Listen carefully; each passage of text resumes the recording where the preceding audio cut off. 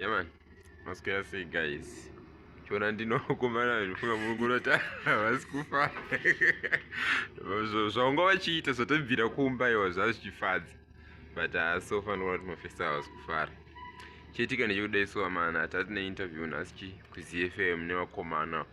Avanonzi Mr. Chalinet, vana vabhamira voronga vachilauncha. Rinonzi Manutsi Manyama. Then vana mabonfela vanonzi Scorpion, Mr. Vocali.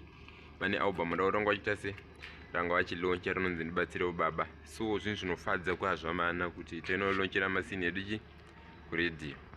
But chaitika kudai so tafamba billboard tapfara mutown takaya kuNewlands right now ndo kwatiri so 212 anditika tasvika ZiFM tatambirwa zvakanaka tapinda zvinhu zvedu bo zvafamba bo then tabuda panze takuti amana ngatichibaya pa10 taona mota yedu iri kurema tase kudrive tasangana nengwere dzata anditika chimomira kana nditi then tasvika pagate pane security nenge iripo ndoti komana ko mota yenyu tairi yenyu rakaita rakagara pasi zvisinei taburuka taona tairi flat last number yacho tashaya kuziva kuti chii chingave chaita se chakonzeresa but munhu aziita suspect yedu ingwere silent killer ndove muimbi muno muZimbabwe anditika yakadhakwa mara usaka kutoti tichibuda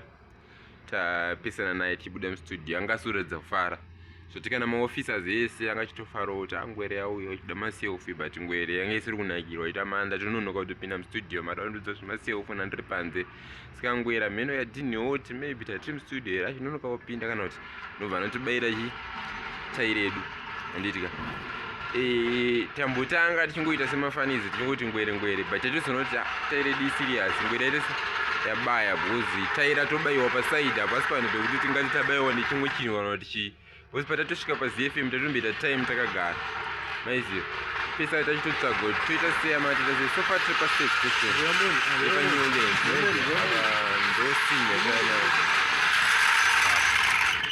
padotombogadzirwa sini racho kuti unoti haufa kuti tosei kuti tigadzirirwe sini nekuda kwasilent killer ndiyakonzeresa chi ngwere zvaita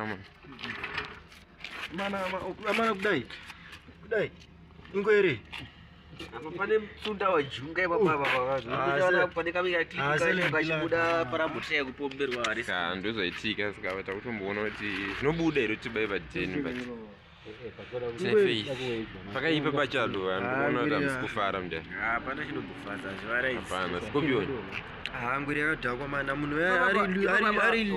WhatsApp yakazara namameseji mafadza adatara nesu but hatisi kukwanisa kudaro nenaye munhu waya ari Lucifer anga komana one tobuda na 4 kuenda kubasa na 4 ngwere yakubaya tairi duka 4